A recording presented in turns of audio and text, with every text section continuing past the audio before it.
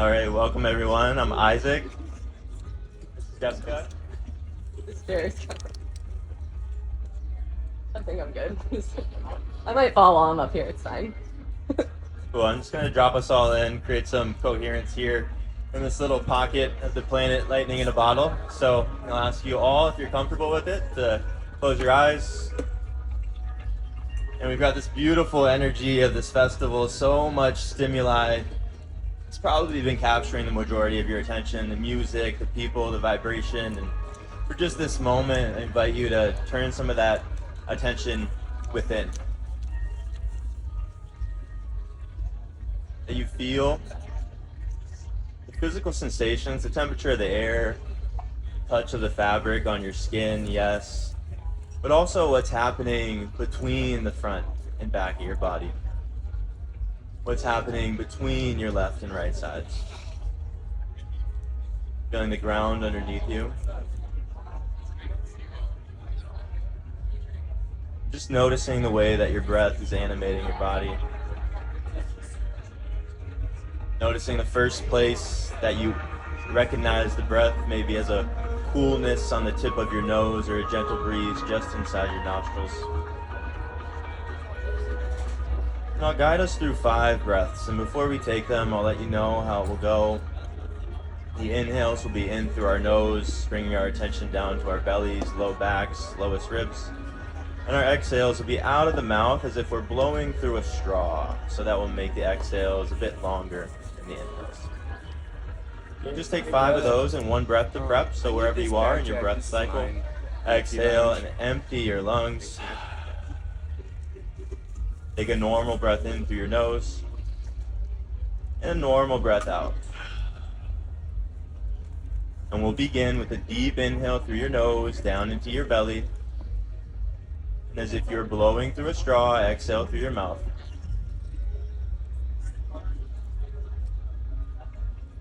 And you reach the bottom of that exhale, again inhaling through your nose. As you exhale through your mouth, feel the shoulders, the jaw relaxing. Feel yourself arriving here. Inhale through the nose, inflating the lowest ribs. A long exhale out of your mouth. Just twice more. Inhale through your nose, deeper than before. And a long exhale, let it go. Once more, inhaling through your nose. And a long exhale through your mouth, keeping the eyes closed, allowing your breath to return to its natural rhythm. Just noticing any shift in internal state and connecting now to what brought you here to this workshop, creating men worthy of worship. What got you here? What about that title drew you here? Getting really honest about that with yourself.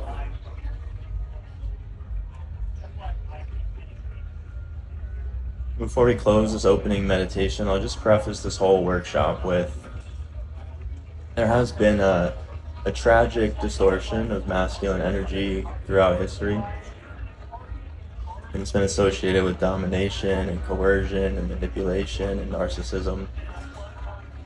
But that's just one really misguided expression of masculine power. So we're here today to connect with you all and talk to you about what a healthy, generative, life-giving presentation of masculine power is. So slowly, on your own time, start to blink your eyes open, come back into the space. Acknowledge the people around you that also, for some reason, decided to show up here to this workshop this morning. And we'll start off just by talking to you about who we are, because I don't think any of you know us. My name is Isaac. I am here on this planet to shepherd in, or perhaps remind us all, of the original roots of masculinity, what the universe, what spirit, what God is asking of us as men, as those holding the masculine pole. Is not more ego, it's not more bravado. It's men who can stay rooted in presence in a world full of things that want to distract us, that call us to avoid and check out, that we can stay here, that we can stay in our bodies. And that's not what we were taught as men. And so ultimately, the vision on the individual level is that men can create relationships that last and leave a legacy that outlive them. I do that through one-on-one coaching, retreats, and men's groups, and my work with Jessica. So I'm Jessica. We have this shared vision for the collective masculine and just bringing back and remembering what the masculine is meant to be. We believe together that, the masculine that's more embodied creates not only a better experience for the masculine himself, but also for the world at large.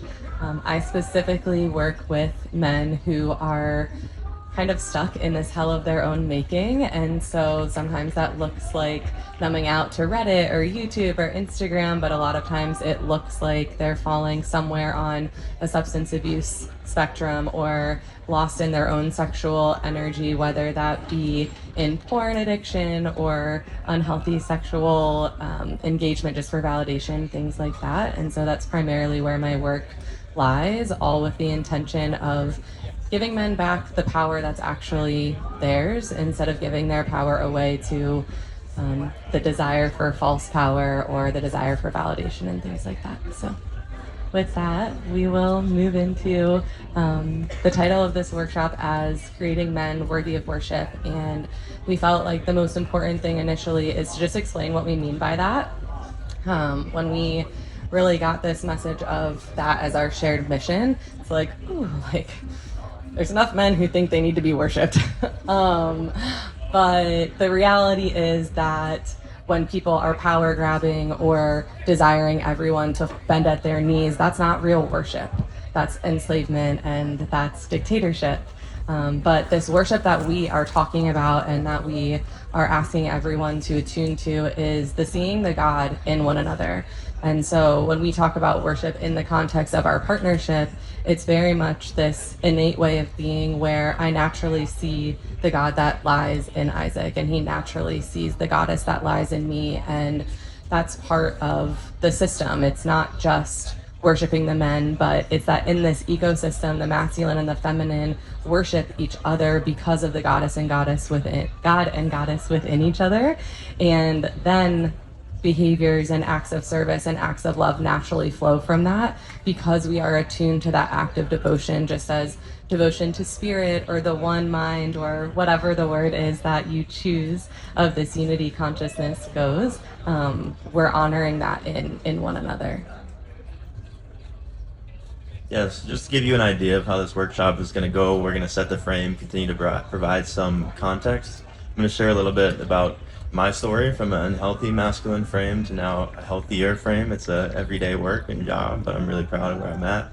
And then Jessica's going to lead us through an interactive exercise, and then if we have time at the end, well, regardless of time, we'll definitely pray at the end and bless the space. If we have time, we'll take Q&A, and that'll be it. So I'm going to speak now about who a man worthy of worship is, and to get really clear about this, because Jessica alluded to there is some danger that arises when men are pursuing worship, and a man who's truly worthy of worship isn't a man that pursues worship as a way to validate his ego.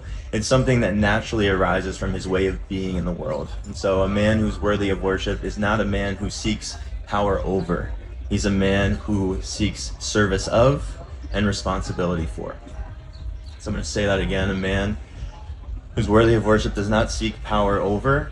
He's a man who seeks to be in service of and takes responsibility for. So he looks, yes. I just wanted to add to that, not power over, but also in service of, and we will get to this, but we talked a lot within ourselves about two sides of a different coin. So maybe when Isaac says, not a man who seeks power over, there's men in the room that's like, oh, that's not me. I'm not trying to have power over anyone, but you're also not claiming your ability to be worshipped or claiming your throne if you are belittling yourself. And if you're belittling yourself often, then you can't really be of service because you're more worried about what other people are thinking of you rather than what you can offer to them. And so just keeping in mind that this energy of embodying the man worthy of worship is being centered, not being overpowering, but also not belittling.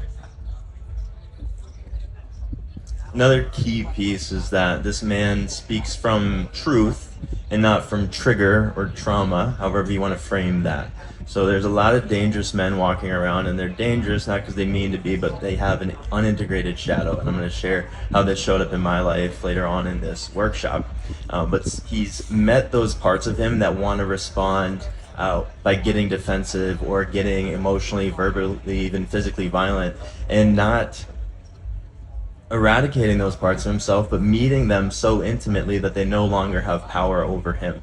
And he speaks from this God center, from this soul center. He speaks from this place of spirit moving through him, which needs no validation. It needs no proving. So that's another key piece, is that he speaks from truth and not from trigger. That he moves from authenticity and not from performance. He's not trying to move through the world in a way that gets him to hear the things that obscure his insecurities. In fact, he's searching for the things that are going to shine a light on his insecurities and his shadows, so that he can integrate them and become truly a safe man, truly knowing that nothing could rear its head from within him that would surprise him and cause him to act out of character or act out of alignment with who he is at his truest nature. Yeah, I think that is a huge piece of the puzzle, and it happens with a lot of the men that I work with specifically that are trying to, maybe shift behaviors, or they're in a relationship and a week later they're like, oh my gosh, I can't believe I acted like that, but she acted like this and that made me act like that, but it just doesn't feel aligned to me. And one of the things that we found in our work with men is that there's a lot of this rhetoric in the masculine right now that's kind of like, well, I am a safe man. I would never intentionally do something to harm someone. And when we were talking about this workshop before coming in, I was like, it's so interesting, because I feel like if you turn to any woman at this festival, she could tell you a story of how the masculine dropped her or harmed her or severely traumatized her, depending on what her experience might be. And 99 times out of 100, she will also tell you that she really believes that that man maybe has a good heart, or she did at one point. And it's not like those men were intentionally trying to harm. Most of my wounds, even through sexual assaults, are not from men that I think were being malicious, but it's this unprocessed shadow. It's this suppressing, this self-hatred. That's not, I don't want to look at that. I'm not an angry person. I don't need to feel that. And it's suppress, suppress, suppress. But if you don't hold that and you don't get curious about it, then your shadow is going to come out sideways. And that's where most harm is most harmful, because if I'm harmed by someone that's walking around that is a dangerous man, it's like, I should have known better to not be in that environment. Not really, but it's easier to understand where that's coming from versus all the men in my life that I thought were safe and then did something really harmful. That's a whole other type of wound to process. And so it's really not identifying as a safe man, but being devoted to ensuring that your shadow is never going to cause lack of safety. And like Isaac said at the beginning of this, it's a continuous process. And a lot of the work that we both do is just teaching people how to be curious. So if I did have a shadow that was going to come out sideways, what is it? If there was a piece of me that I've been suppressing that actually is harming someone, including myself, what is it? And it's not that we're assuming that we're bad, we're assuming that we're good and that we're trying to kind of clear these things and understand them better so that when we present to the world in partnership, in our dharma, in community, we actually get to show up as the masculine version, feminine version, of ourselves that feels aligned, and we don't have to have this experience a couple days later of oh my gosh, it's so embarrassing. Now I'm in a shame cycle because that definitely wasn't me. Yeah, so the quest to recover the masculine power is really walking straight into the parts of ourselves that we work hardest to avoid. Those are those dangerous parts that will surprise us. It's like a jump scare in a movie. I didn't even know that part was there. Now it's here. I don't know how to regulate it. I don't know how to show up in a way that is still with love, that is still in my fullness. And one of the pieces of treasure that we gather from that quest into ourselves is a grounded nervous system, right? There's other ways to get there, but this part of meeting all parts of yourself, there's nothing more valuable than that. And you know, if I'm way off on this, the women in the room can correct me, but there are few things sexier in a man than a grounded nervous system, somebody who speaks steady in their voice, who speaks from deep within their gut. And that's the way there. It's through the darkness. Um, yeah. Um, Something that I've also heard from some men that I've worked with and just felt in the field, and maybe even can feel a little bit in this field too, is like, okay, well, there's these men who are worthy of worship. There's these men with this deep voice or this regulated nervous system, or maybe it's just easy for someone to not have a shadow. You know, maybe they have success, or they're better looking than me, or they've always, you know, had women fawning all over them, or whatever it may be. And something that I really believe is that internal dialogue of, oh, he gets to have this and I don't, is stealing your own power. It's an excuse for you to not do the work to embody what the men in the room that are holding that energy embody. And success looks different and attraction looks different. It's really not about that. But when you let your own mind write a story of why one man has something that you don't, because you're less of XYZ, whatever the arbitrary measuring stick is that you're letting yourself use, then it's just this victim mindset of, it's easy for me to just assume that I don't get to have that.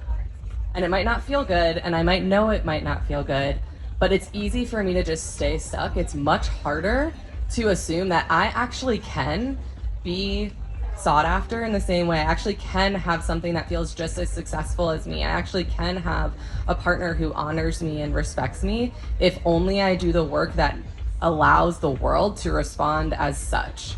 And so rather than envying what maybe other men in the room do or don't have compared to you, even if it's like past life experience, my parents did this, they had good parents, whatever, it's much more about taking a step back, letting the physical things fall to the side and be like, actually, what's the energy that that man embodies?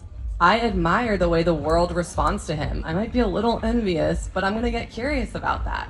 I admire the way the world responds to this man. I would love for the world to respond in a similar way to me. And if I truly get to know the God within me, it of course will, because that's what being in flow with spirit and with creation and with the world does. If I'm embodying the creator, then I get to experience what I create. If I'm embodying the victim, then I get to experience what other people / my subconscious creates.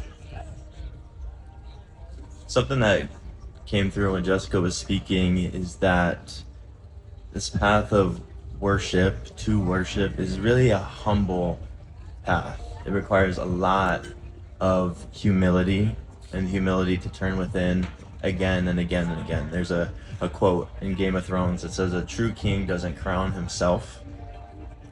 And so it's not about elevating ourselves, it's about leading. It's about leading with our feet on the ground, side by side, shoulder to shoulder, with everyone. And my path, this arriving on this humble path that I'm on, it's a path every day, but for most of my life, I lived stacking achievements, collecting what I'll call false jewels. You know, for me, that was straight A's, varsity captain, six-figure salary, beautiful fiance, and I thought that collecting these jewels would give me some life, some status, some crown, albeit a plastic one, but I didn't know that at the time. And what I didn't know was that each jewel that I collected was just another brick in the wall that was separating me from myself. I was living in performance of what I thought it meant to be a man, and what I thought it meant to be a man, instead of living from the inside out. And the longer that you do that, the longer that you build a life from performance and not authenticity, the more destructive it is when it starts to all crumble. And so my old life didn't crumble in one big moment, but the moment I knew that something needed to change, I was driving downtown in San Diego to teach yoga, and I was driving about 80 miles an hour, and the freeway curved, and I just thought for one moment, what if I don't turn the wheel? What if I just let go? And it's not because that I wanted to die. I just didn't see any other way out of living a life that wasn't mine. I was so disconnected. I was so checked out from myself, and doing that, I'd become a very dangerous man, dangerous to the people around me, the people that I love most. And so this moment when I was driving on the freeway, this was after what felt like the 100th failed attempt at sex with my fiance at the time. And sometimes the body speaks before the mind does. Truth will find a way through, often through physical symptoms. And my body was telling me no. My body was telling me you're out of alignment. You're not living as who you are. But the body doesn't speak through words. So the way that my body spoke to me was erectile dysfunction. 9 times out of 10, my soldier's not showing up. And the metaphor is not lost on me now that the literal seat of my masculine power stopped working because I was running on this toxic fuel of obligation, of image, of performance.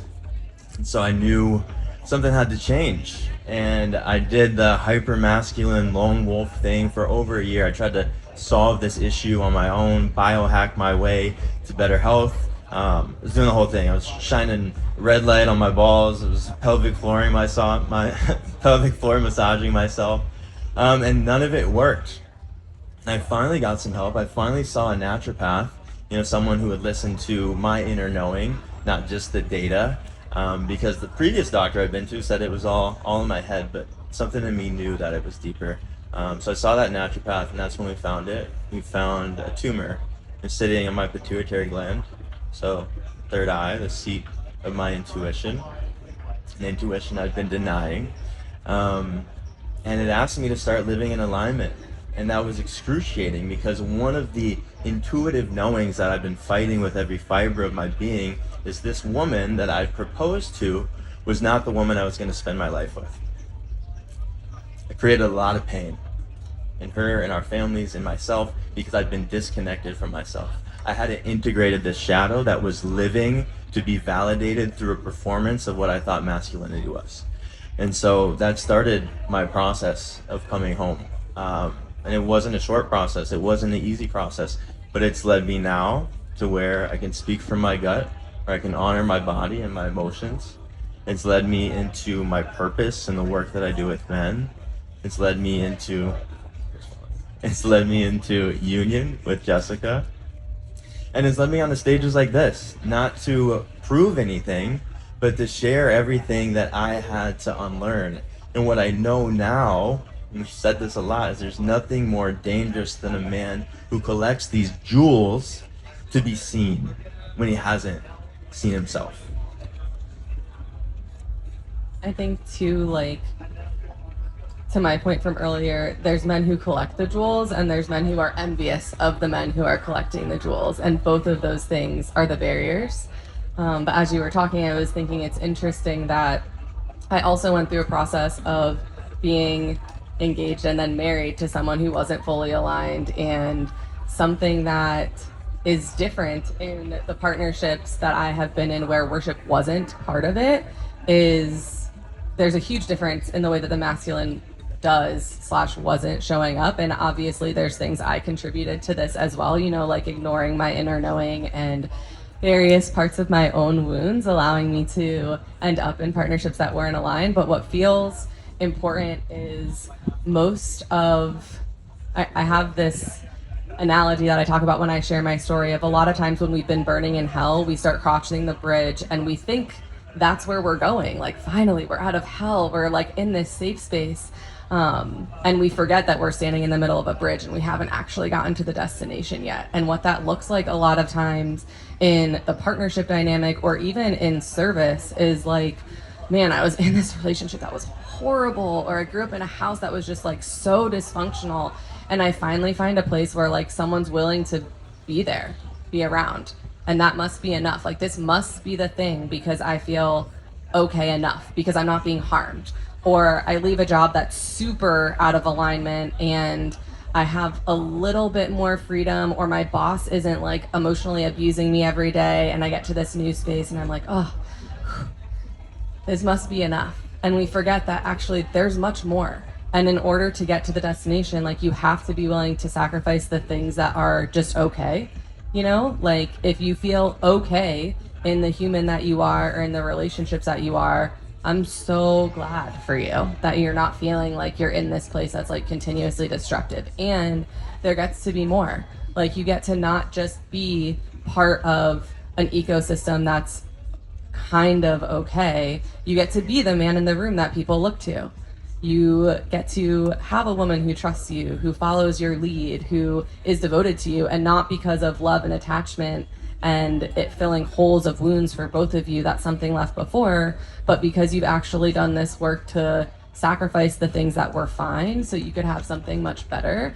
And that's like the kingship. It's like the king's court is fine, or you can be the man in the room and you can take your throne, and every single man in this room has a throne to sit on, but you have to claim it.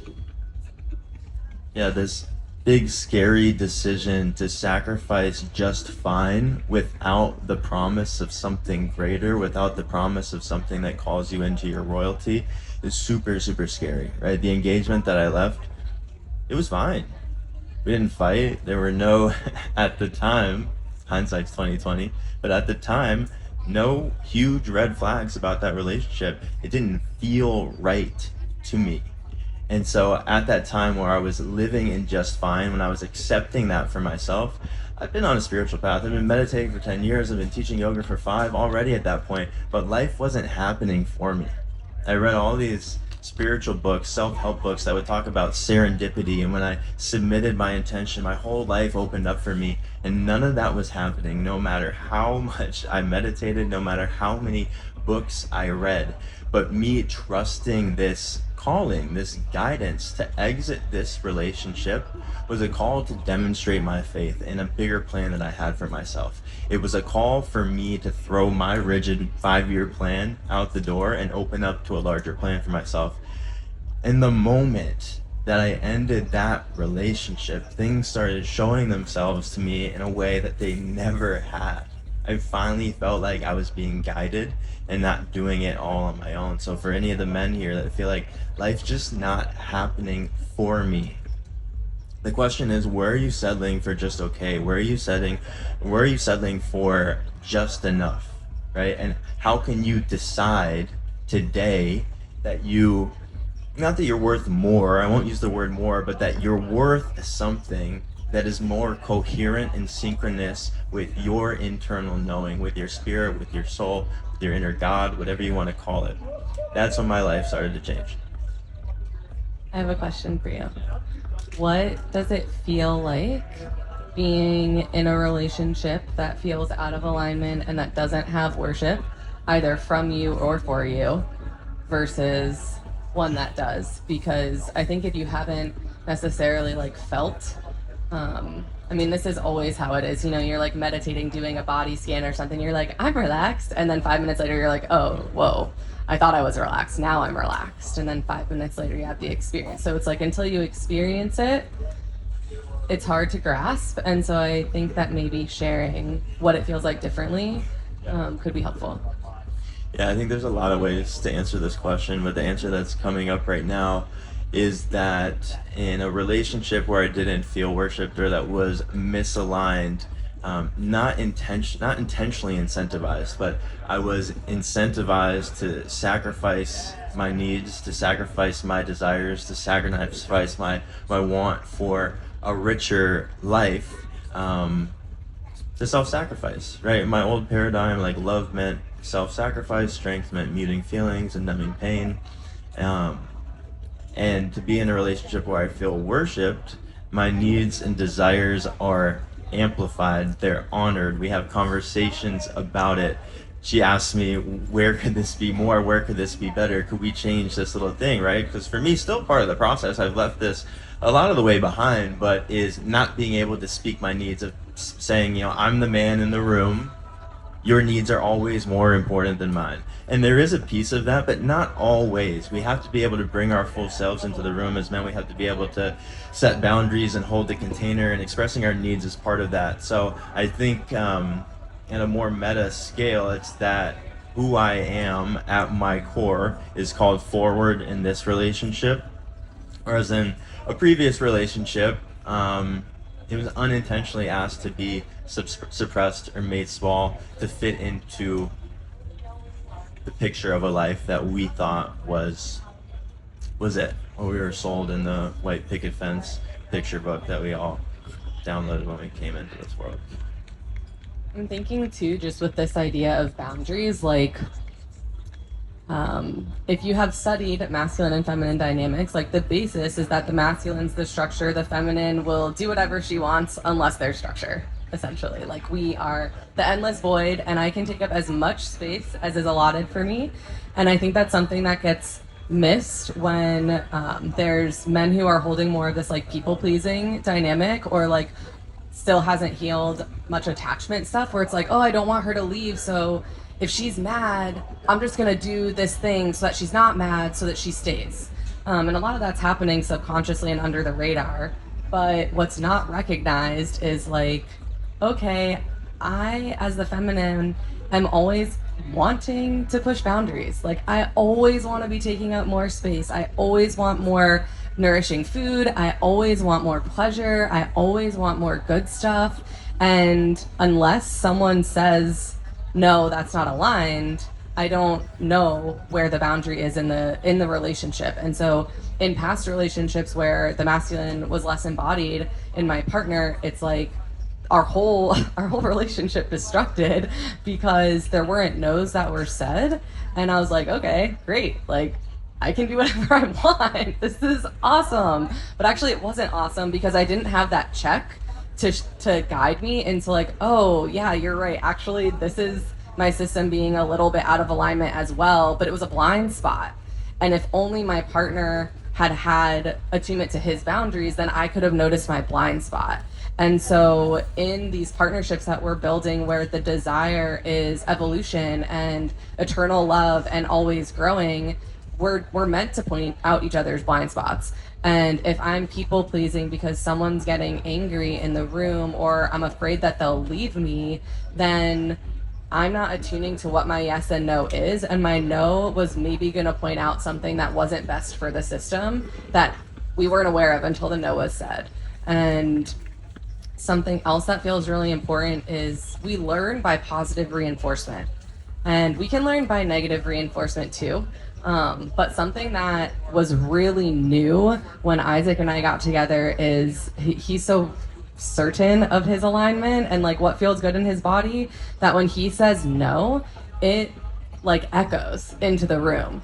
And even if I might not like it in the moment, I'm like, oh, ow, wait, that's so hot. Like it's every time, because I've never been held like that. And without like foundation or pillars in this, even in this lighthouse, like everything falls. So without stable ground and stable structure, everything falls. And part of, you know, the man who's willing to be worshipped and a king that claims his throne is ensuring that his throne fits his seat.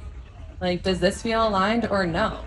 Does this feel aligned or no? And being willing to make people in the kingdom feel a little bit uncomfortable because you're certain of what is best. And it's not because I know what's best for you, or like Isaac's telling me what's best for me. It's because he can feel what's best for him in his own body. And if we're meant to be, that will also be what's best in my body if I can then see it as a blind spot.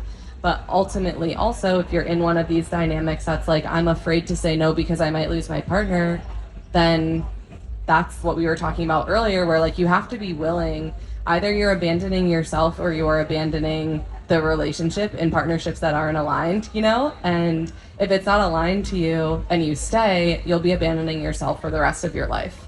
And it's, people aren't going to come around. Like if you self-abandon in that environment, then that's the way that the energies flow together. Unless you're committed to both doing this work together, where like, yes, don't self-abandon. I'm committed to my partner not self-abandoning, even if it makes me feel a little bit uncomfortable in the moment, because when we're both in full integration with ourselves, our relationship gets to be as such as well.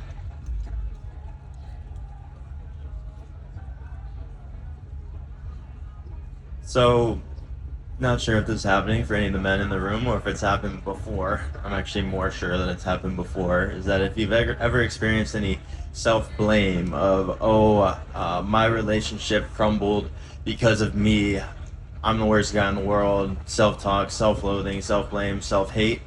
If that worked, it would have worked by now. And that's not to excuse you, that's not to endorse any of your actions that weren't in the highest good and in love prior to this moment, but I do want to acknowledge some two cultural blocks that are hurting men from embodying this type of masculinity that evokes worship.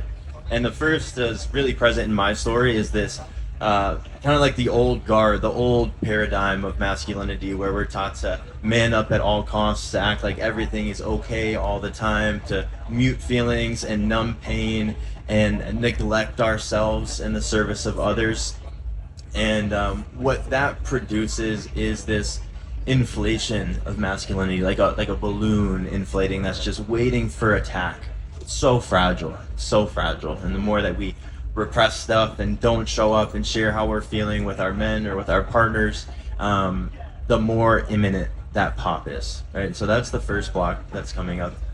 And then the other block, which results in the shrinking of masculine power, is the overexposure to wounded models of masculine power. And unfortunately, these models are among the loudest, right? We can think of Andrew Tate, Dan Bilzerian, Donald Trump, right? These examples of men that are coercive, dominant, controlling, misogynistic, narcissistic, and while that's not healthy, while that's not generating love in the world, those are powerful men.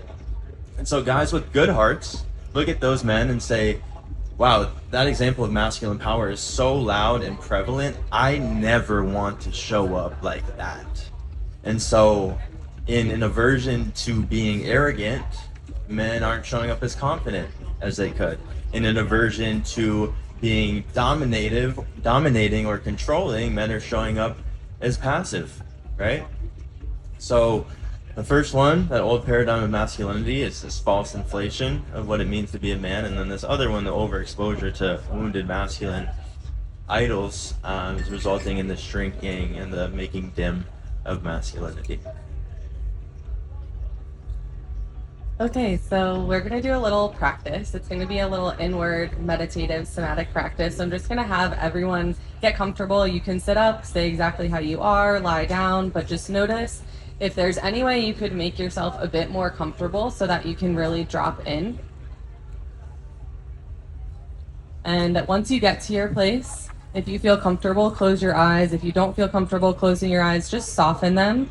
But if your eyes are a bit open, you should be looking down at your own body, not around you.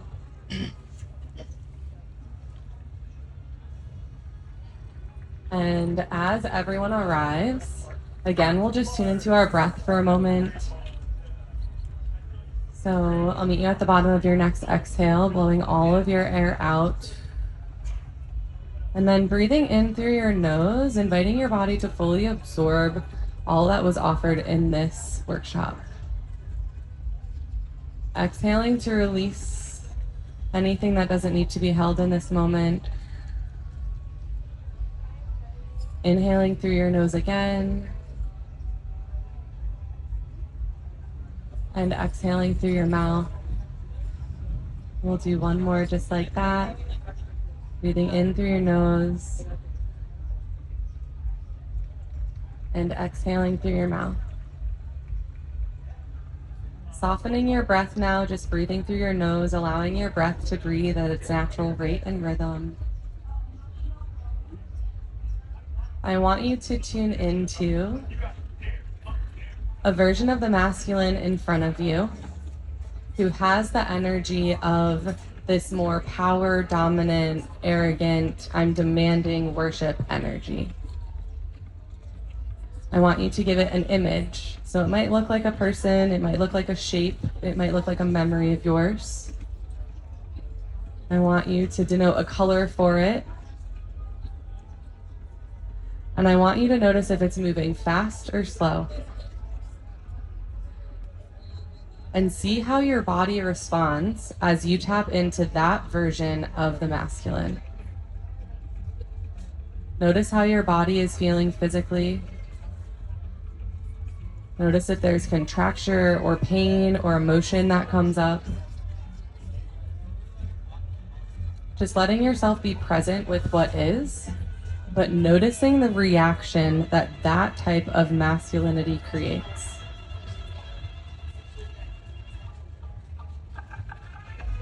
And the last thing I want you to do is notice what your body wants to do in response to that type of masculine energy. So if there were a position that you went into in response to this masculine, power hungry, arrogant, demanding worship energy, what position would your body be in?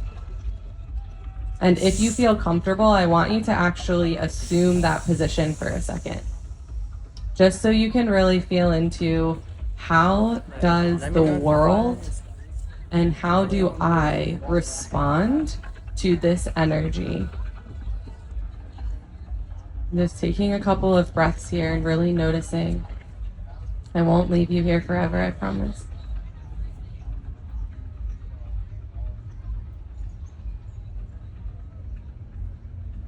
And deciding if this is a type of energy that you want in you or in your field. And making a commitment to yourself as such.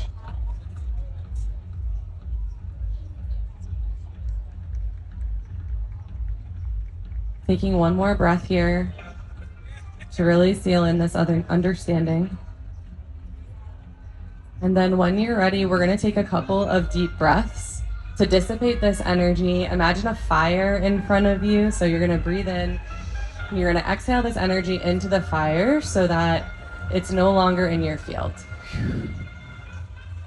2 more times, breathing in, exhaling into the fire, offering the fire to the sky to be alchemized into something new. 1 more breath, breathing in and exhaling with as much force as you need to dissipate this out of your field.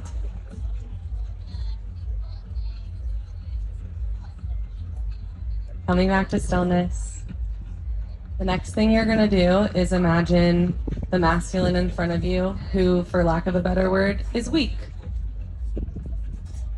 Who caters to everything around him because he doesn't know who he is. Who can't say no. Who doesn't think that his opinions or his discernment is valid or worth hearing or speaking. Who caves to his boss, his mom, his partner, his friends, because being attached or connected is more important to being who he is and connected with himself. And same thing, you're going to create an image. Maybe there's a person that comes to mind. Maybe it's you. Maybe it's a partner you've had or a parent. It can also just be an image that you could draw.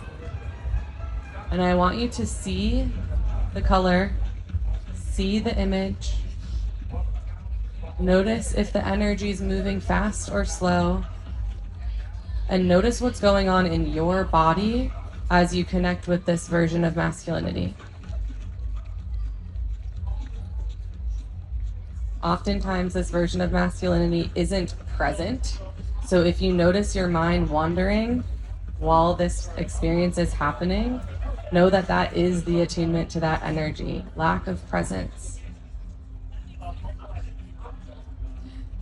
And as you're feeling into how your body's responding to this energy, I want you to do the same thing. If there was a position or a movement or an energy that you held in response to the presence of that masculinity, what would it be? And the position or movement can be really important because that's going to show you how the world responds to you when you're holding that energy. Do you notice pity? Do you notice aversion? Do you notice not being engaged? What do you notice?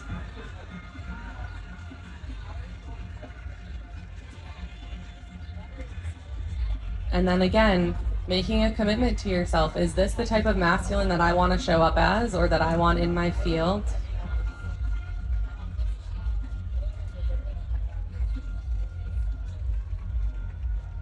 And when you're ready, again, we're going to blow this masculinity into the fire.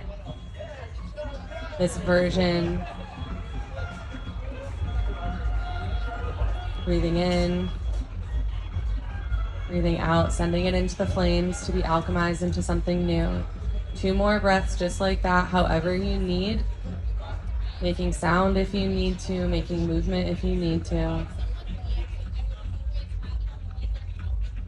1 more breath.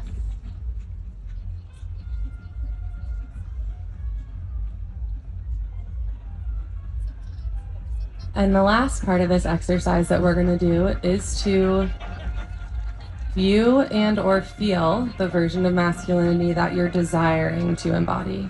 So if there was a masculine in front of you or within you who you were willing to bow to, who you would turn to in the room if there was a problem that needed to be solved, who you would trust to lead you,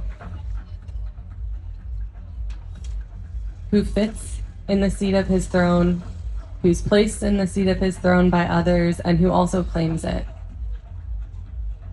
What's the image? If there's a person who inspires you because it feels difficult to access in yourself, you're welcome to call that person in for support as well. Notice a color or a shape that represents this.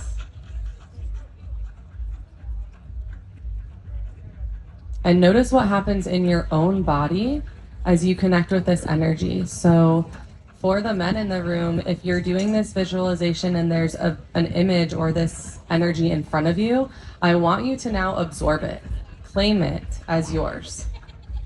You are the man worthy of worship. You can take the seat of your throne. Notice how it feels to embody this energy. You're the man that everyone looks to in the room. For the women, notice what this man must embody for you to worship him and take nothing less.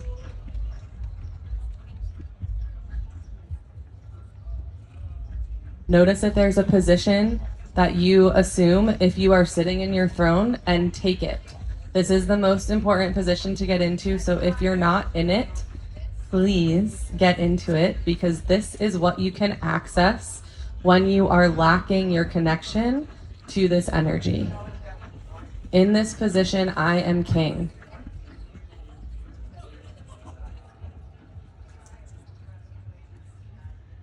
And as the ruler of your kingdom, it is your responsibility to keep your kingdom safe. Not someone else's, it's yours. And so in this moment, we're asking that if it feels aligned to you, you are your keeper. The men in this room who have claimed their throne also make a commitment to creating the safety in their kingdom. For yourself, for the ones you love, and for everyone at this festival. Noticing how your body feels and allowing yourself to receive a somatic imprint. This is what it feels like when I'm in my throne. This is the image, the emotion, the color that I will tap into to embody it when I feel lost. Taking a breath in, breathing in your own life force, and breathing out to seal it in. 2 more just like this. Breathing in, breathing out, every breath sealing this commitment into your body. Breathing in 1 more time. Breathing out to seal in your commitment.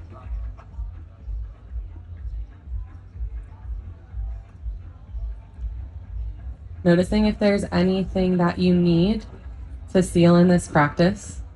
Maybe it's a hand on your heart, maybe it's hand on your crown for your crown. For the women, if there's anything that you want to send into the field as prayers for the masculine in this moment, please do so.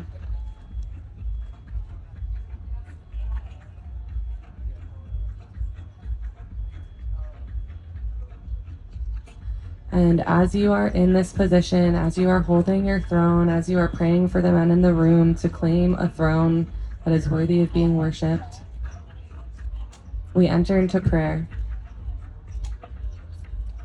We ask that Great Spirit seal these promises into our soul.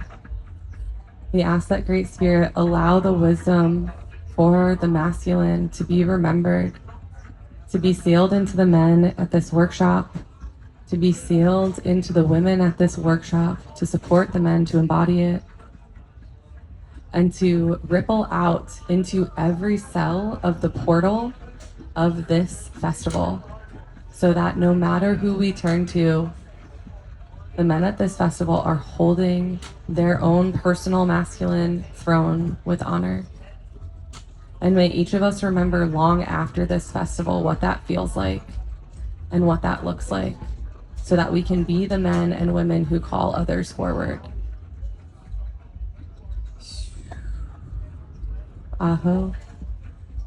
You're welcome to slowly start moving your body, opening your eyes.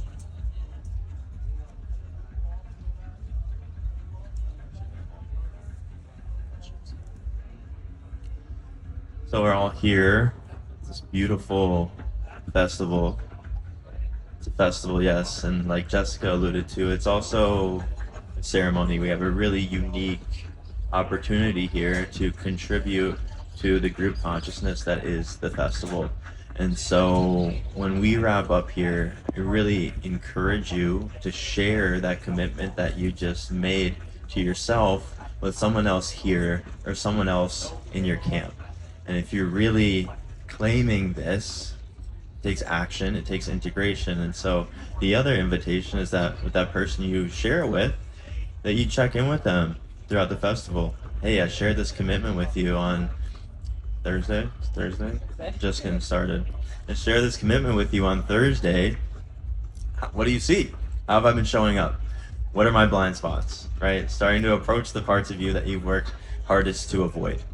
And so there's going to be a little bit of time for questions in just a second, but what we want to offer you is that here at Lightning in a Bottle, you're on a different planet, right? None of your normal responsibilities or distractions are here, and so embodying this throne, this God within, is going to feel more accessible here. And when you go back home to your daily lives, it might feel like a fantasy. It might feel like what you felt here wasn't real. You might start telling yourself that. So what Jessica and I are going to offer for any of you that want it is we're going to have a free integration call a week or two after the festival. If you want that, if you have a journal, you can write down your email and hand it to us. You can approach us after, let us know your email, and we'd love to support you in that way. So we've got 6 minutes left. I'll take questions. Yes, sir.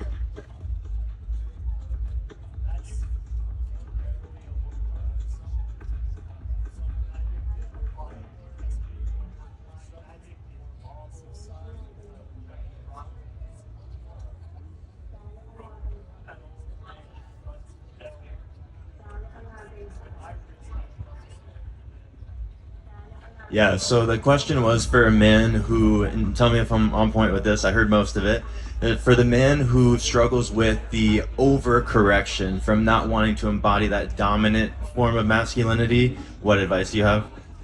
Cool. Okay. Yeah, the first thing to me is start making commitments to yourself in small ways. So it's hard to start setting boundaries when we haven't set them. Every human experiences this, and ultimately we can't just go from 0 to 100. And so if your goal is to start embodying this man who's worthy of worship, this kingship, but it feels like a big jump because you don't want to then swing into the other side, the first thing to me is you can trust yourself. If you know you have a good heart, which I'm sure you do if that's the fear, then trusting the love in your own heart first, and knowing that your intentions are good, but then also brotherhood, trusting that you have brothers around that will call you out when you're out of balance, and sisters who will do the same. Platonic, no sexual energy ever from now or forevermore sisters. Obviously the sexual energy isn't bad, but there's something different that can be trusted from a true sister, and having that community that will call out blind spots is really important. And then The third piece is these little actions. So noticing if there's a moment where everyone's like, hey, what do we want to eat? And you have like a little impulse, but you don't want to shake the boat. Like, I don't want to be a problem. I don't really want to go get grilled cheese right now, but like this person wants to get it in the middle of this set. Say no. Just be like, I don't want to do that. Unless it's a girl and you're worried about her safety and you want to walk with her, then go. Or see if another man will, you know? But like seeing where you are denying your authenticity in small ways and strengthening the muscle, just like you would strengthen your muscle in the gym. Like you can't go into the gym and lift 300 pounds without ever working out. Do the small things first and give yourself the positive feedback that like, oh shit, that felt really good. And then it will be easier over time to set boundaries and know that you're not being aggressive, you're actually just being authentic. A big part of my process this past year has been moving, I've been serving, I've been leading men retreats and groups, and it's been this evolution from who me, I'm doing all this, to I'm him. And we need more men who can say I'm him and say it humbly, And so my invitation to you is like, what are you really good at? Some men have a hard time answering that question. What are you really good at? Like a man that I've worked with one-on-one, the first thing he said, he's like, well, like, I can run fast. I'm like, okay, great start. And then that starts to open up. So owning the things that are great about you, and your comfort zone is not a good proxy. When you start doing that, you might feel like, am I being cocky? And check in with your guys. Am I coming across cocky? They're going to say, the guys that love you and know you are going to say, no, we love that you're owning these parts about yourself. We want more of that. And those are the people you want around you. And from somebody who's on the other end of the spectrum of maybe being a little bit overly humble, it's going to be really hard for you to come across as arrogant. They know it. All right, 2 more minutes. Another question?